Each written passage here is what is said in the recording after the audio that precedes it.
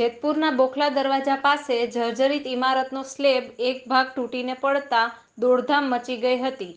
જેતપુર શહેરના બોખલા દરવાજા નજીક એક જર્જરિત ઇમારત આવેલી છે, જ્યાં જૂની વિશાલ મોબાઈલની દુકાનવાળો ભાગ તૂટીને નીચે પડતા લોકોને ટોળે ટોળા ઉમટી પડ્યા હતા।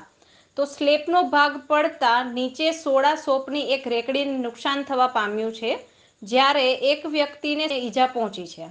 આ ઇમારત જર્જરિત હોવાથી હજુ પણ ક્યારેક તેનો કાટમાળ નીચે પડે એમ છે। આ તો સદનસીબે જાનહાનિ થતાં અટકી છે, પરંતુ ભવિષ્યમાં જો જર્જરિત ઇમારતનો કાટમાળ નીચે પડે અને કોઈ મોટી દુર્ઘટના સર્જાય તો જવાબદારી કોની? તેવા સવાલો પણ લોકોમાંથી ઉઠવા પામ્યા છે।